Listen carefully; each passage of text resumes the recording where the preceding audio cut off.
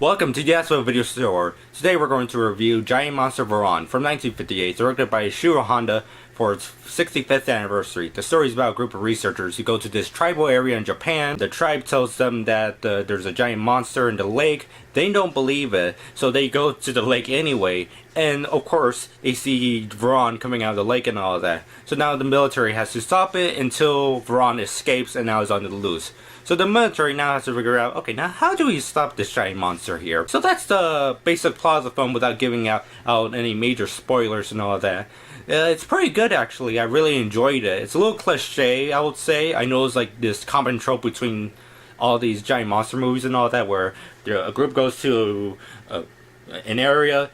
They made up a local tribe. The tribe tells them there's a giant monster. The group doubts it until they see this giant monster. I do actually really enjoyed it. And there's some unnecessary additions in the movie and all that. Like some parts, like, you know, you could like remove that or like remove this and all that.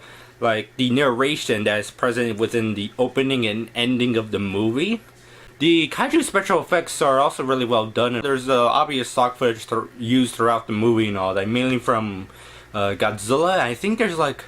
No, there isn't anything from Godzilla Raids Again, but there's just stock footage used from Godzilla 1954 that's used in the movie. Like, for example, when Varan is like at the end of the movie, when he's like attacking this small airport area, he's destroying several buildings around him, and then cuts to two shots of Godzilla's tail hitting against a building. You know, sort of that type of stuff and all that. But this movie had a lower budget than your average kaiju movie and all that because it was made for television, but instead it was booted to theatrical release. I also like the cinematography of the movie, and although it was meant to be shown on TV and 4:3 then cropped to widescreen, it actually looks really good in widescreen and all that. So I'll give this movie 4 out of 5 stars. Now I only own it on the Media Blasters Tokyo Shock DVD release and all that. Here's the back cover. It only has like a few bonus features here. It has the restored television broadcast version, promotional trailers, which is just like there's like 2 trailers for the movie in Japanese. One of them is like Texas, I believe, so that's why there's like the Media Blasters seem to add their own like title over it. And also an audio commentary and lecture from Keizo Maruse. The lecture is about him showing how some of the parts of the costume were made, because this is one of his first films he worked on, talking about his experience through the audio commentary. And in the lecture video, he's showing like, oh, this is how I built the suit. I used this, I used that. This movie has some interesting history, production-wise, and also how it was distributed out when it finally came out and all that. So the movie started out as a co-production between Toho and an American TV network.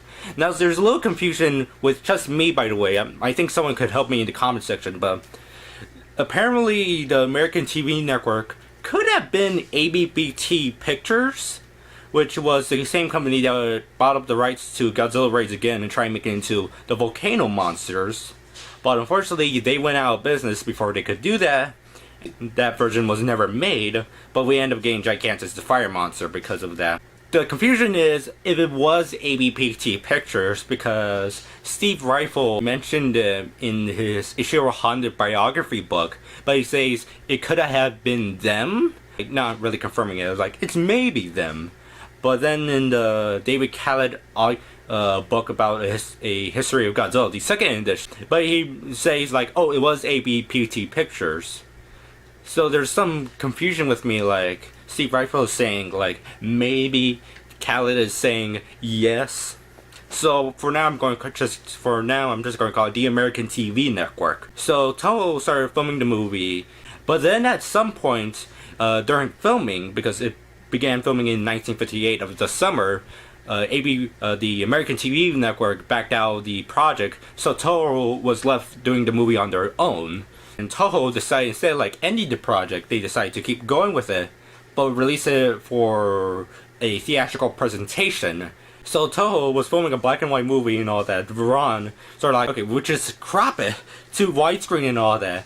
Watching this movie is not very obvious to the average viewer, who thinks that, oh, the movie was in full screen and it's cropped to widescreen. I could tell, no, it's not really anything like that. So eventually the movie gets released and all that, and I was not able to find any information about the, like, let's say how it did production, box office wise or critically wise. I do know that that Toho had a hard time like selling the movie and outside of Japan. By 1962, Crown International Pictures bought up the rights for the movie, and they Americanized it to the point that it was basically like mostly to the point that they changed the whole story. That version of the movie only received 2 VHS releases from BCI Entertainment.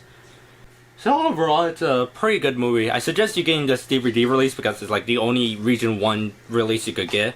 Unless you're willing to like get the Blu-ray release, which just has the Japanese version with no English subtitles and all that. But hey, you get like 3 other movies with it with Ishiro Honda, and it's all in HD instead of DVD quality here. So that's all the review. Have a nice day, and later on come back to our video store.